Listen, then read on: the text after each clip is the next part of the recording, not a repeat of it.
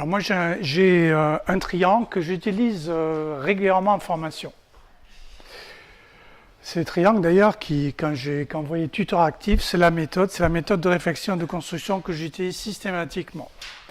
C'est un triangle systémique. Pourquoi il est systémique? Ça veut dire que le dispositif de formation, en partie à distance, va fonctionner en boucle ce triangle. Je prends un exemple très simple.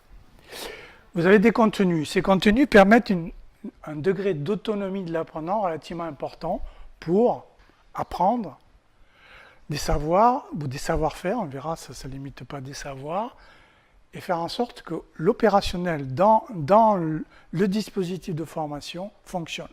En gros, là, le formateur se retire et les opérations au sens large, on l'a vu tout à l'heure l'exemple des fleurs, je veux dire, si dans les objectifs il s'agit d'apprendre les typologies florales, c'est fait. Bon. Pour que ça fonctionne, il faut qu'il y ait un accompagnement à distance, c'est le travail du tuteur. Ce tuteur ne travaillera d'autant mieux que si les contenus en amont fonctionnent. On a parlé de SCORM, de tracking.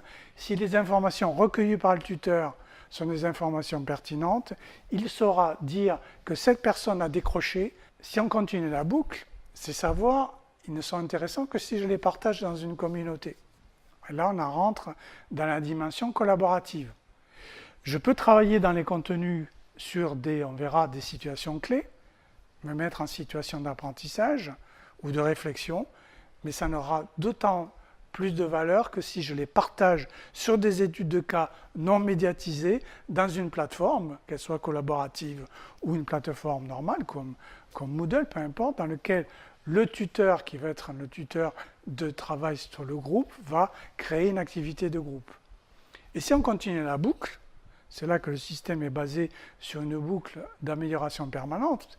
Si au fil du temps, je m'aperçois que certaines situations clés sont des situations qui ont très bien fonctionné, que les ressources qui ont été créées par l'organisme et par les formés en situation sont des ressources valorisables, elles sont médiatisables par définition.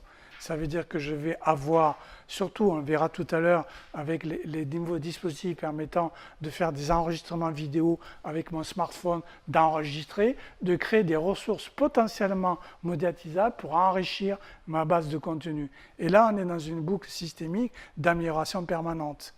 Et c'est ça qui fait partie de la réflexion.